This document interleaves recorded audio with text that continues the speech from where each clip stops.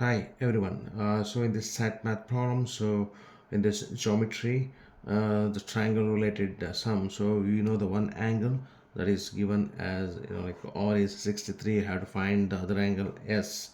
So here the important thing is you have to use the angle sum property. So that makes all three angles is equal to 180.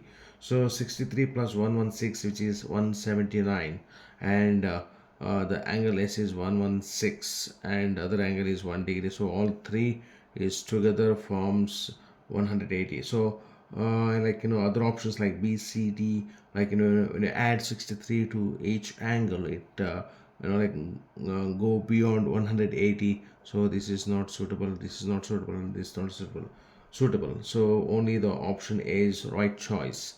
So angle is S is 116.